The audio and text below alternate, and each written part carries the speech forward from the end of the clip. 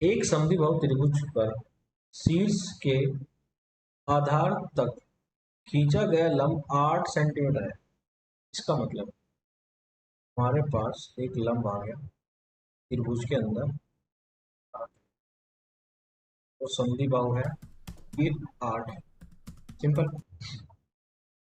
और उसका जो परिमाप है वो 64 सेंटीमीटर है। तदनुसार उस त्रिभुज का क्षेत्रफल ज्ञात करना है, यानी कि 1/2 हमको चाहिए आधार और फिर चाहिए हाइट। देखो हाइट तो इसने दी है, एरिया निकालने के लिए हमको क्या चाहिए, सिर्फ आधार, यानी कि हमको चाहिए, सिंपल सी बात है। अब देखिए हमें पता है ये, अगर मैं इसको ए मान लूँ तो इसको भी मानना पड़ेगा, और इसको भी मानता हूँ तो इसको भी बी मानना पड़ेगा। और अगर मुझे इसका परिमाप निकालना है तो ये हो जाएगा 2a प्लस 2b, और परिमाप दिया हुआ है यहाँ पे 64 बराबर a प्लस 2 से काट दो इसको, तो ये आ जाएगा a प्लस बराबर 30, समीकरण नंबर 1। अब देखिए इसका मान रख देते हैं a, इसका b, इसका c और इसका d।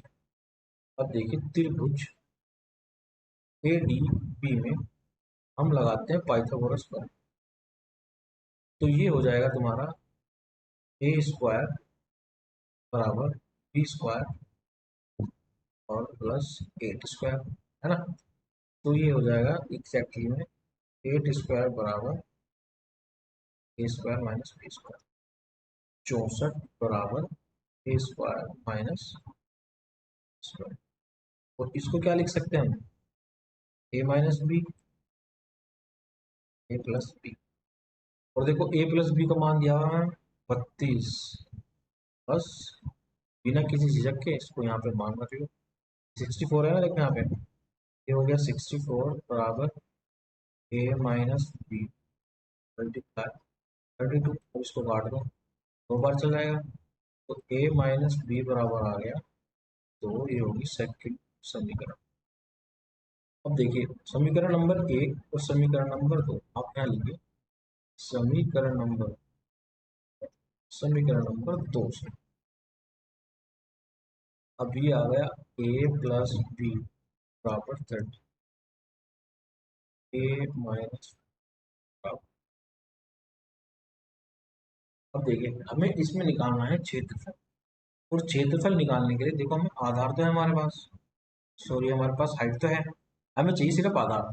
और आधार निकलेगा जब हमारे पास बी का मान आएगा, तो यहाँ से सीधे बी का ही मान निकाल दो तुम, या फिर देखो यहाँ से आप तुम बी काटोगे, फिर ए का मान निकालोगे, फिर ए का मान दूसरे समीकरण में रखोगे, वहां से बी का मान निकलेगा।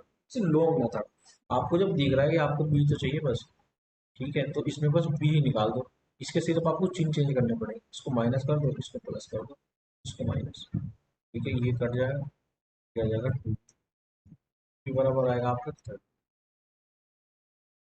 देखो ये 2b तो है पूरा का पूरा, ये एक भी है ये भी है, ये पूरा कितना है 2, तो 2b का मान कितना आ गया 30 आ गया, वो लिख दीजिए मैं 1/2 30, और ये कितना है 8, इसको काट दीजिए आगे, 15 अट्ठे 120 आ गया ऑप्शन नंबर।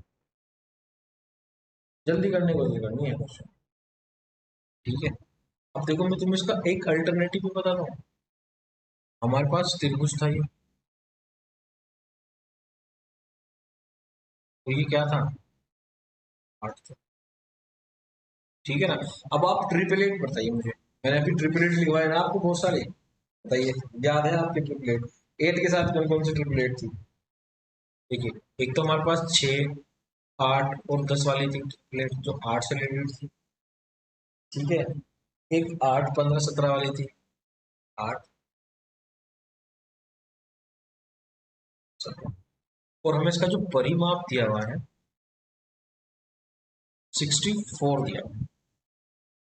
तो इसका मतलब है हम जो भी 8 के साथ मानेंगे हम ट्रिपलेट, उन सब का योग कितना आना चाहिए, 64 आना चाहिए, तभी हमारा आंसर सही माना जाएगा।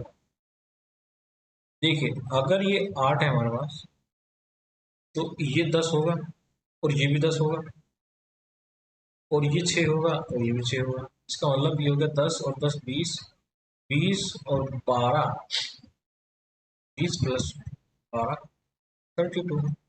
ये तो नहीं होता। अब इसमें आते हैं, अगर ये 8 है, ठीक है, तो इसका मतलब है ये 17 है, तो ये वाली 17 होगी, ये वाली 17 होगी, और ये दोनों 15 15 होगी, यानी कि ये भी 15 होगा। तो 15 और 15 30, और 17 दूनी 34, क्या 64 हो रहा है? वाह, हो रहा है ना, देखो। फिर ये इसका बेस कितना आ गया? 30 आ गया यहाँ से। और जब बेस 30 आ गया तो हमें क्या निकालना है? 1/2 हाइट और आधार। हाइट हमें पहले दी है 8, और आधार हमने निकाल लिया 30। 1/, सो काट दें, ये हो गया 15, 15। हो गया नहीं आसान? धैर्य रखना है आपको। देखो क्वेश्चन भारी हो या आसान हो, if you know the basics you can tackle every type of question.